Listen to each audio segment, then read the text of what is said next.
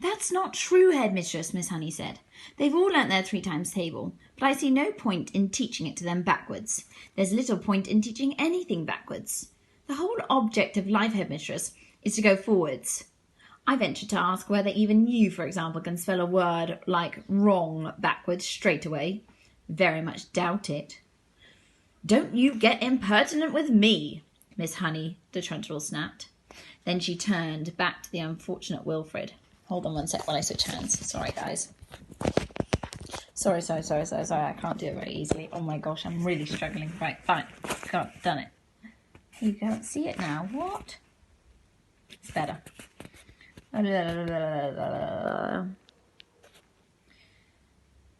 Very well, boy, she said. Answer me this.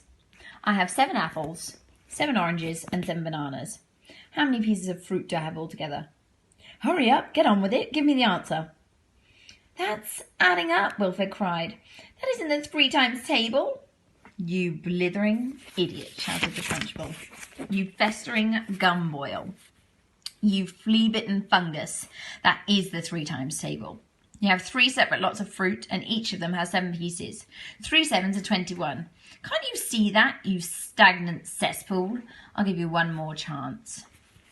I have 8 coconuts, 8 monkey nuts, and 8 nutty little idiots like you. How many do I have altogether? Answer me quickly. Poor Wilfred was properly flustered. Wait, he cried, please wait. I've got to add up 8 coconuts and 8 monkey nuts. He started counting on his fingers. You bursting blister, yelled the Trunchbull. You moth-eaten maggot. That is not adding up. That's multiplication. The answer is 3 eighths. Or is it 8 threes? What's the difference between 8 threes and 3 eighths? Tell me that, you mangled little wurzel, and look sharp about it. By now, Wilfred was far too frightened and bewildered to even dare to speak. In 2 strides, the Trunchbull was beside him, and by some amazing gymnastics trick, it might have been judo or maybe karate, she flipped the back of Wilfred's legs with one of her feet so the boy shut up on the ground and turned in a somersault in the air. But halfway through the somersault, she caught him by an ankle and held him dangling upside down like a plucked chicken in a shop window. 8 threes, the Trunchbull shouted, swinging Wilfred from side to side by his ankle.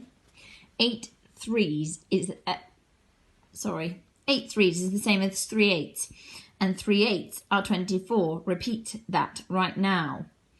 At exactly that moment, Nigel, at the other end of the room, jumped up to his feet and started pointing excitedly at the backboard and screaming, The chalk! The chalk! Look at the chalk! It's moving all on its own.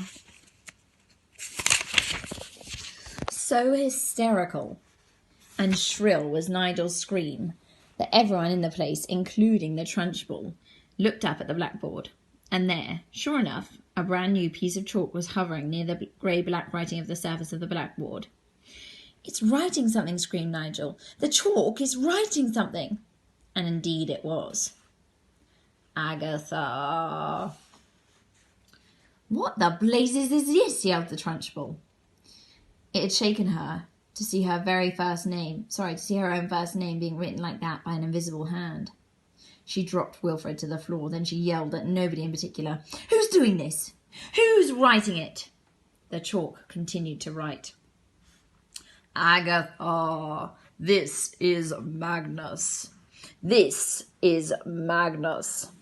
Everyone in the place heard the gasp that came from the Trunchbull's throat. No, she cried. It can't be.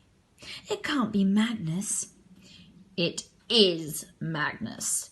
And you'd better believe it. Miss Honey, at the side of the room, glanced swiftly at Matilda.